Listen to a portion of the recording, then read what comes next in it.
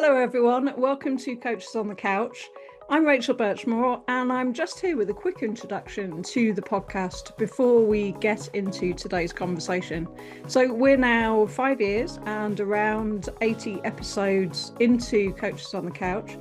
And with my co-host Louise Rodgers, we explore all aspects of leadership across the built environment. And it's not our day job.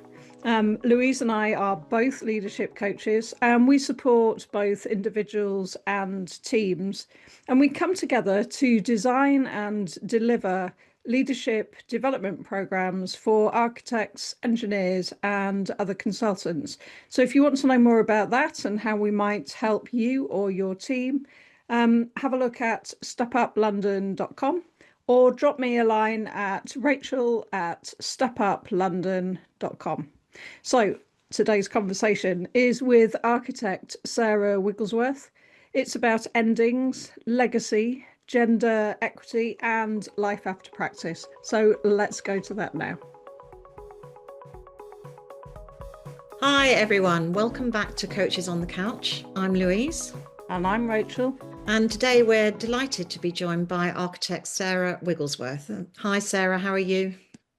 Hi, I'm really good, thank you. Thanks for having me. We're very happy to have you here. We're really looking forward to this conversation, but before we get going, please tell us something brief and interesting about your couch. Well, my couch is actually a chaise longue. Oh, another one. We've had a couple of them. It's a twin with a sofa, and it sits in my living room, which is on the first floor of the house that we designed in North London, and it faces the garden. So there are very large windows that slide away so you can let the outdoor in the summer. And it looks out on the tree canopy and the garden wall beyond that, and with all its greenery and plants and other things like that.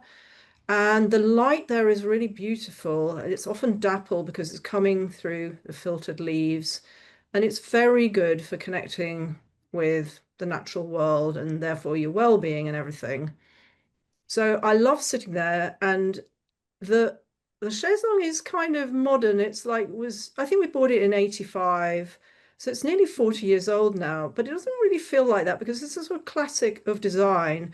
And we reupholstered it in about 6 years ago when we did a retrofit of the whole building and sort of really reworked the whole thing. So, I mean, it's sort of getting on a bit, but actually looks very handsome and it's very comfortable. And it's often been a sight of my falling asleep. But don't worry, I'm not going to do that today. No. It sounds wonderful. Lovely. And how nice to live in a house that you designed as well. Oh, absolutely. Yeah, it does. Sounds great. I've got a real sort of visual image of that now. Thank you. Good. So a quick introduction. Sarah, you founded your eponymous practice in 1993. And you're well known for creating environmentally responsible buildings such as Strawbale House, Siobhan Davis Dance Studio and Sandal Magnus School. And in addition to practice, you've always been an influential figure through teaching, advocacy on gender equity and research. You sit and have sat on a multitude of design review panels, task forces and committees. And all of that wider involvement led to an MBE for services to architecture in 2004 and currently involves being a key part of Gender Equity Action Group Part W, which I'm sure we'll come onto later. As Rachel said, well, we're glad it's correct. Right. As Rachel said, you started your eponymous practice in 1993, and in 2023, you took the decision to close the practice. And that's one of the reasons we wanted to speak with you, because we were wondering about with the benefit of distance and time, what your reflections are on our central theme for the discussion today, which is endings and legacy.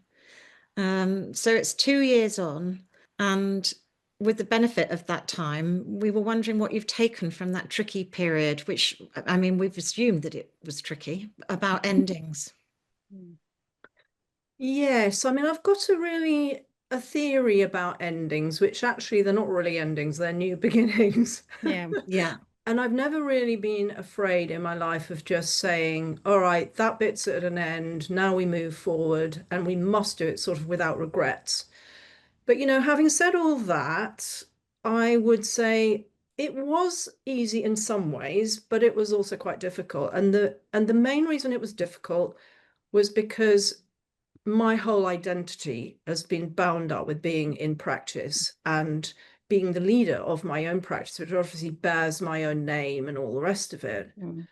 But, I've always also felt that, I mean, architecture just absolutely sucks all your energy.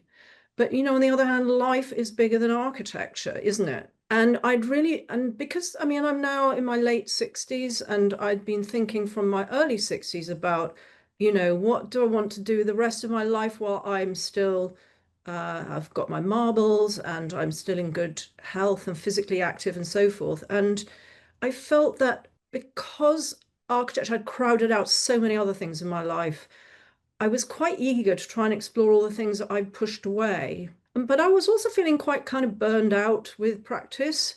And I think as a leader, you're always keeping the plate spinning and you're always servicing people, whether it's clients or your staff. And I think as a sole director, with all the ultimate responsibility for bringing in the work and for all the admin and the HR and so forth, and for dealing with the client's problems or the troubleshooting and everything, the whole business seemed to be getting harder and the headwinds seem to be getting stronger. For example, increased insurance premium, the Building Safety Act coming along, the dysfunctional planning system making everything very difficult to get through. And I struggled a bit with the low esteem that architects suffer, with the low pay and the difficulties of living in London and things like that. And to be honest, I've just felt very wary about the future, and I wasn't confident that I would have the energy to deal with all of that in the future. We started lots of conversations in the practice about what the legacy would be. After a few years, it sort of emerged that the staff would really like for it to be an employee-owned model. And so we worked quite hard on devolving roles and getting members of the practice trained up into leadership and management stuff. They were doing that already, but it was a bit of a mind shift in terms of taking on that aspect of leadership. But, ultimately it didn't come to pass, and there were two issues really that put an end to that idea. And the first was that because of Brexit and the economy not being in a very good state, our workload slowed down. Right. This is, price of materials, price of labor, all of these things contributing to, well, actually, and planning, but contributing to slowing down of everything and people not being able to get their projects to stack up financially, and therefore they were stalled for a bit. Miserable periods of having to value engineer everything and so forth. Is this pre-COVID, Sarah, you're talking about? It sounds like this is before. No, it's actually after COVID. Right, okay. We weathered COVID quite well. We had a lot of work and we were really busy, and it became very efficient and it was great. This happened really after COVID, and I think it was perhaps a slow knock-on effect of Brexit. Right. Maybe Ukraine war adding to energy costs, things like that. But, they're all quite well understood within the industry. But I think what that led to was a bit of desperation, and there was fee undercutting by other architects, and we were not winning the work which we could have done, expected to do earlier. And I think the second main reason was also the procurement landscape. I mean, our work was almost, well, I would say it's about 80% in the public sector, and it was becoming very, very competitive. Our housing clients, market housing, couldn't get their projects to stack up, and nor could our affordable housing clients. So then what was left was the public sector, and procurement was becoming a sort of a nightmare, really, with increasing competition from other architects, and in the introduction of things like social value demands, which were both financial but also having to put a lot back into the communities we work for. We didn't mind doing that, but we already did a lot of that as a small practice anyway. So it became like a double whammy tax. And we couldn't, for the sort of fees that we were having to bid, we just couldn't make it work. And I think then there was a final and I think quite important thing to mention, which is that at the time I decided to close it, we were 100% female. Right, It was a really? woman-led firm, and I was really clear that I wanted to run a very equitable practice that really supported women in our profession. But for the fees we could charge, it just became impossible to manage that, to be fair to everybody, to pay decent wages, to give them the flexibility they needed with all the caring responsibilities they had under the competitive system that we run. That's a massive sadness to me. And I think it's a real sign that there's something wrong at the heart of our industry, which I'm sure we'll come on to talk about because I'm sure. that's the sort of thing that Part W is trying to address. But, it just didn't work. I mean, I think given, the difficult choices that people have living in London, which include, childcare costs mopping up so much of your income if you're a Yeah. woman. And you have caring responsibilities. The cost of housing in London is massive. And, because of all of these other things, the ability to go networking, which is absolutely critical to earning, to living, to getting work in and stuff like that, staff just found it impossible. And ultimately, they declined to take on the practice, Right. So they declined. It was them that Yeah. said, Yeah. Well, listen, we've thought about this, we're not up for it. It's too, the environment and everything yeah. is too difficult. And in fact, they said to me, well, we can see how stressed you are, and we don't want that. No, we've heard this before, Sarah. We've heard this before from, because we work with a lot of practices on preparing people for those more senior leadership roles. And I wouldn't say we hear it all the time, but we hear quite often, I'm not sure I want one of those. That looks like really hard work. Well, absolutely. And I mean, I think there is a generational difference actually, because I guess, I didn't really mind putting in loads of hours, and in a way, your social life becomes your work life, etc. And I think I don't really believe in these separate spheres. I think everything's all muddled up, Yeah. I think the young have a different attitude to the life work balance, and I don't blame them because actually architecture is incredibly demanding, incredibly competitive, and sucks you. It sucks you really hard, and I think it doesn't leave a lot of room for other things. And when I was thinking about shall I have children, I was thinking, well, I don't think that I can do that and run the kind of ambitious practice that I want to do all on my own, Yeah. So that was a decision I took, which I don't regret, by the way, but I'm just saying that I think, in life you don't get everything. And I think there was a generational divide in the sense of what's my priority in life between myself and others. So that was fine. They just didn't want it, but I didn't want it either. So I No. decided I'm going to go into voluntary liquidation and just say, next chapter, let's do it. Was it a complicated process to go through, actually Not really. winding things up? No, Not really. not really. When we had enough money in the bank, I was quite clear about when the cutoff date might be, if that was the route we were going to take. That was sort of plan B. I mean, what happened was we lost a project we'd been working on for about 2 years when a client was making a bid for a site, and the local authority who was trying to sell it refused their offer. And that meant the work disappeared all of a sudden overnight, just before Christmas 2023. And it was at that point when I realized this is it. We're not going to manage to stay going unless we severely downsize. And I just felt like I can't do a startup again, so I thought that's the moment to do it, and that's what I did. I'm wondering, because I mean, we talk about the importance of endings, and it's a bit like people talk about celebrating success, isn't it, on milestones of projects, and the importance of endings of all sorts. I'm just wondering, having gone through that mixed period, I suppose we called it tricky. It now sounds actually like it was mixed. It was a mixed time. How did you mark the ending, if at all, before you moved into the next stage? I didn't really. I mean, it was No. tapered. I mean, I took a decision, actually very difficult, to make the most senior people redundant first, because I was still the main one getting work and responsible, but I felt, if we could survive, it would be with the juniors who had more energy and who were cheaper and who were sort of up for the change. But gradually, as the decisions were sort of made for us by work falling away, I just took this decision to close. But I didn't really so we sort of dribbled to an end rather than, Right. Okay. going out with a bang. Yeah. And in a way that was good because I think it mentally, it didn't shut it down immediately. So I had time to come to terms with it. But having said all of that, it probably did take about 18 months. Only now I'm really sort of coming to terms with, yeah, it's gone, and sort of not mourning the loss of what could Yeah. have happened, Yeah.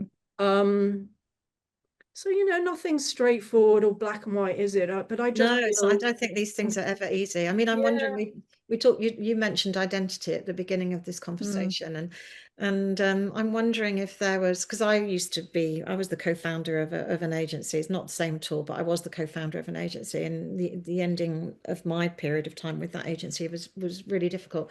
And I remember a friend saying to me, "Do you miss the status?"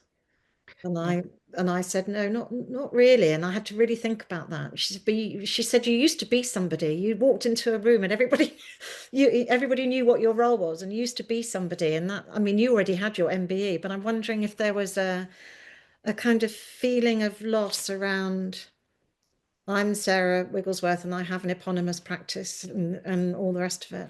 yes, definitely, because I think that the practice sort of, it's bigger than you, and it has more of a public profile than you personally. And of course, the two are completely intertwined. And I fed a lot off the practice and vice versa, I suppose you could say. But I think loss of status is absolutely true. And I was a bit concerned about the potential of sort of feeling I was becoming a nobody, etc.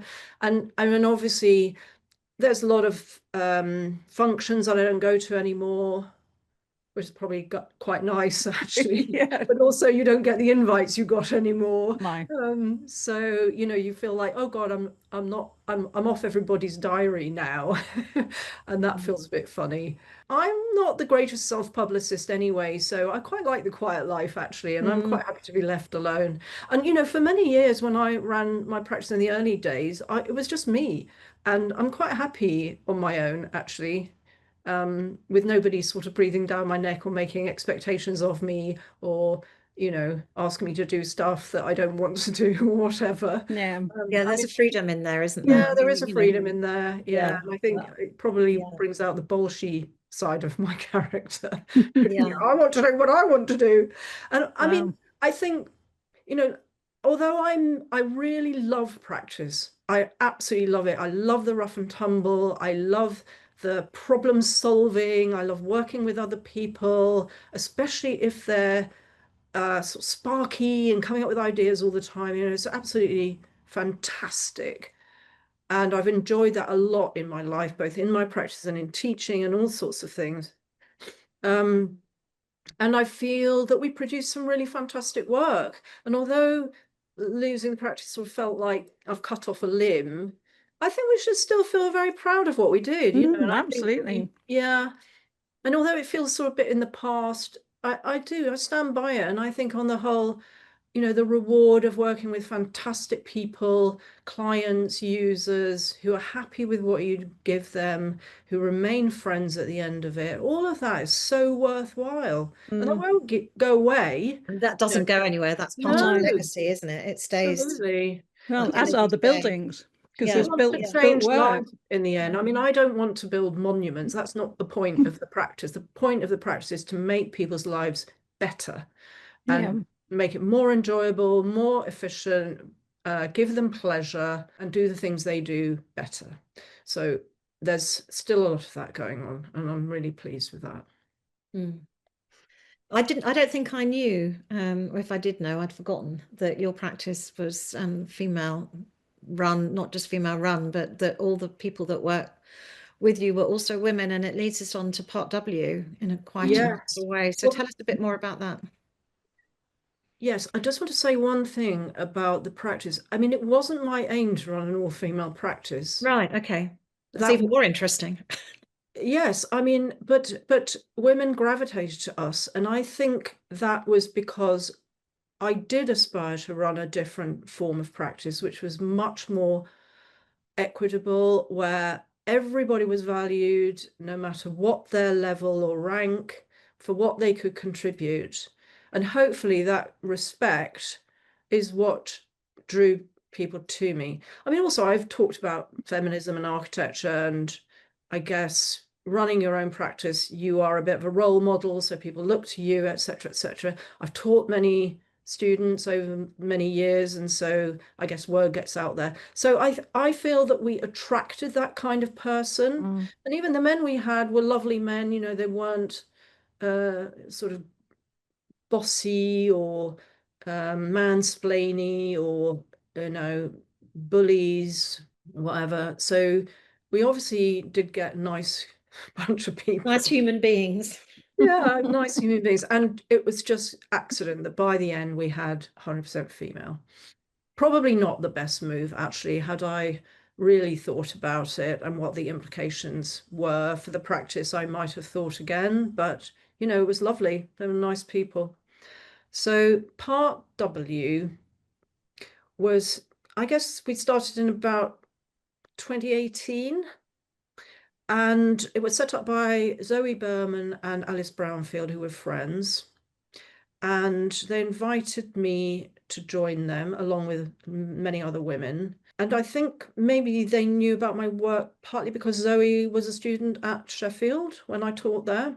But so we met, and this whole group of people from all different areas around design of the built environment, from traffic engineers to PR people to architects to landscapers, blah, blah, blah, sort of hatch this idea about what it was that we might represent. And essentially, we wanted to be a grassroots activist organization. So bubbling up from below, coming up with fun, interesting, provocative projects. And I suppose in a way we were modeling ourselves a little bit on the Guerrilla Girls from America, sort of doing subversive activities that would sort of punch a hole in the establishment. Such as, can you give us an example? Well, the first thing we did was we came up with this idea about the gold medal, because the gold medal was coming up, and we realized that only one woman in her own right had ever won the gold medal in 172 years, which we thought that is ridiculous. Gold medal for? Oh, it's the RIBA President's Medal, gold medal. Okay. So it's the highest accolade that the president himself or herself confers on an architect. And often it's given to someone as a kind of life achievement award or something. Anyway, so we thought this is terrible. So we decided to hold a crowdfunding event where people could take a photograph of themselves holding up a banner with the name of a woman who should have won it throughout history. So we got everybody from sort of Octavia Hill to Alison Smithson, to Lena Bombardi, to lots of people all around the globe. And it went viral. I mean, it was absolutely fantastic. We got so many names in, and, it went out on Instagram. There was a lot on social media, etc., etc. And essentially, the next gold medal was won by, I think it was Yvonne Farrell and Shelley McNamara. So it worked. Somebody heard, yeah.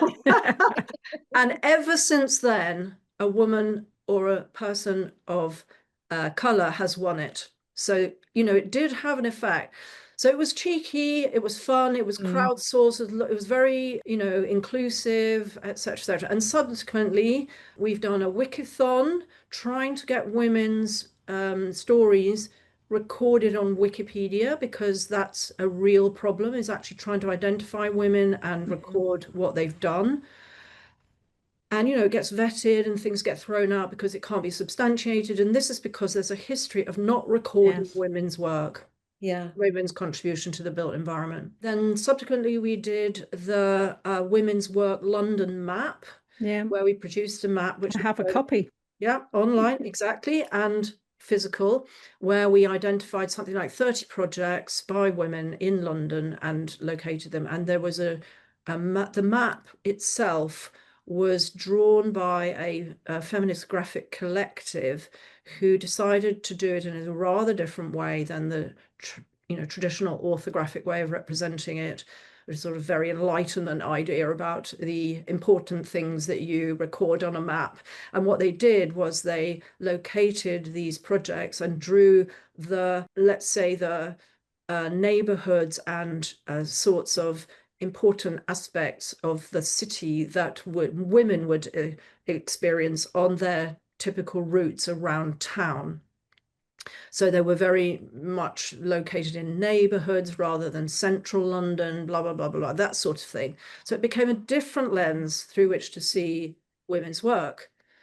And that was really successful too. And we've made now a guide so that others can do their own maps elsewhere. And we'd really love it if other people picked it up and made their women's work maps of different places. I understand there might be one coming in Manchester, and there's one in, I think it might be Brussels or something, Right. Because we've had meetings with those people. So again, it's really trying to involve other people and get them inspired to do similar things or other things as well.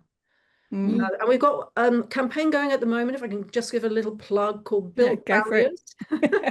That's coming up soon. It's an event, isn't there? Second one online on Built Barriers, which is getting people to share and talk about the barriers that women or people who identify as women struggle with in the built environment, whether it's at home or outside in the outdoors. Please do join. It's fantastic. And we hope to turn that into something positive, invert it. So we've got the barriers, how are we going to overcome them later on?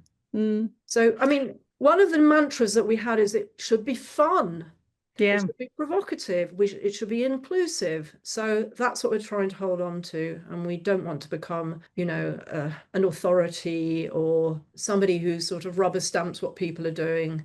But we will do CPDs for people. But funding is a massive problem, as always. Everybody's a volunteer. We do things in our evenings, weekends, and when we can steal time during the working week. I'm the oldest, but many of us got children, and it's tough, and we need funding. So we're about to launch a membership campaign. When you say CPDs, what are you talking about, Sarah, there? Well, we get approached by quite a few firms who are thinking about how to improve their equality, diversity, inclusion policies and practices. And so they ask us to come and do a, continuing professional development seminar for them, which we do charge for because it is, knowledge that we have that we're trying to impart, and because we don't have any other form of income, actually. I'm interested there's quite a few different organisations, aren't there? That there's women in architecture, there's Part W, there's women in construction, and I'm wondering, I'm sure each one has a slightly different role and a slightly different influence, but how do you see that landscape for what's working and what's not, and perhaps what needs to happen next with all of those groups? Well, that's a really interesting question. I mean, I think we are different from many of the others. We don't have any institutional backing, which actually, although that means we don't have any money, it means we're very free in what we can do, and it's very inclusive. And, it's diverse, and it's also age diverse, which is really, really good. I think the Women in Architecture thing under the RIBA banner is mainly a mentoring thing at the moment. But I think our position on that is that's great. We need women to mentor other women. But on the other hand, women shouldn't be expected to do the hard work of trying to make the problem better. That it actually is systemic change that we're after. And that, I could talk a bit about the Fawcett report, because as we know, the RIBA just commissioned a report that came out in October by the Fawcett Society. And the sad fact is that they've reported there's been really little progress to women's advancement in architecture over the last 20 or more years. And the key takeaway was that it noted that change has got to happen from a leadership position. In other words, it's the people who are running the practices and it's the institutions which need to change their attitudes and really show, not tell, you know. Yeah. I was just going to say, we don't want women to have sole responsibility for raising other women up. It's not the way it should be. Absolutely. They've got enough No. problems already. It should not be their problem. They need to be in an environment where they're really valued and, you know, they get the same opportunities, which they don't at the moment. So, you know, and I think in a way, well, one of the things that I've been doing this year is I've actually applied for an AHRC grant with Claire Jameson at London Met to try and get money to do a study into how feminist or women's organizations in the UK have functioned in the past, what things have been successful and what haven't, and what's allowed them to thrive and what's been their demise and why, with a view to sort of firstly documenting this stuff because there's no systemic documentation of it. Yeah. Secondly, to think about, okay, what can we learn from that? What are the parameters or the contextual conditions that we need in order to thrive? And could Part W play a role in trying to bring all these disparate organizations together? Yes. Yeah. So I'm asking the question too early, is what you're saying. Well, we don't know whether we'll get grant funding yet, and it's going to be hard work on top of everything else we're doing. But you know, actually, who is going to do this work unless someone like us does? Because REBA's not doing it, Women in Architects not doing it, and there's nobody in academia that I know that's doing it either. So you know, there's a big gap there, and in a way, I can't understand why academia doesn't fill that gap. You know, where are the feminists in academia who are doing this work? Anyway. Doesn't matter. You know, I've put in the bid. We'll see whether we win it or not. If we don't, then we'll have to think again. I mean, it won't be any great advantage financially to Part W because we're not able to accept the grant. That has to go through the academics.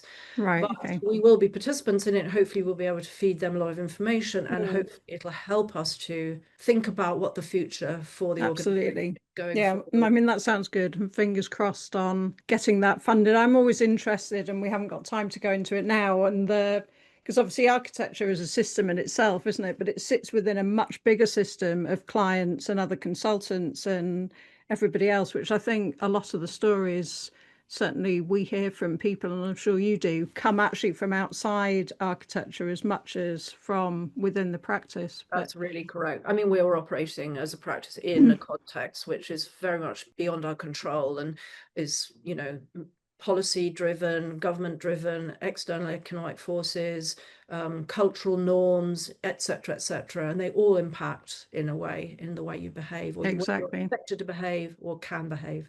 Unfortunately, we're going to have to bring the conversation to a close. It's been really interesting hearing everything. I mean, there was I must include the quote, Sarah, because you said it when we first met and I just loved it. And this is about life after practice, which, as you said, it's liberating. I can be more fleet. Having a practice can sometimes feel like an increasing number of barnacles you can't shake off. Which I love the barnacle analogy as well. It's great. So maybe just a final word on, you know, what's next for Sarah Wigglesworth. Well, like all things, and I mean, I've cleared a lot of space from practice, but I'm filling it with all sorts of things. I'm sure. So I've taken up learning to weave, and I've bought a loom, and I'm busy doing that. I love making things. I'm also writing a memoir, by the way. Watch this space, see if I can get published. Yeah, we will do. Which is a story about running my own practice and life in architecture. That would be a good read. Yeah. Yeah. Absolutely. Good. I'm glad you might be one of my audience. Definitely. Definitely.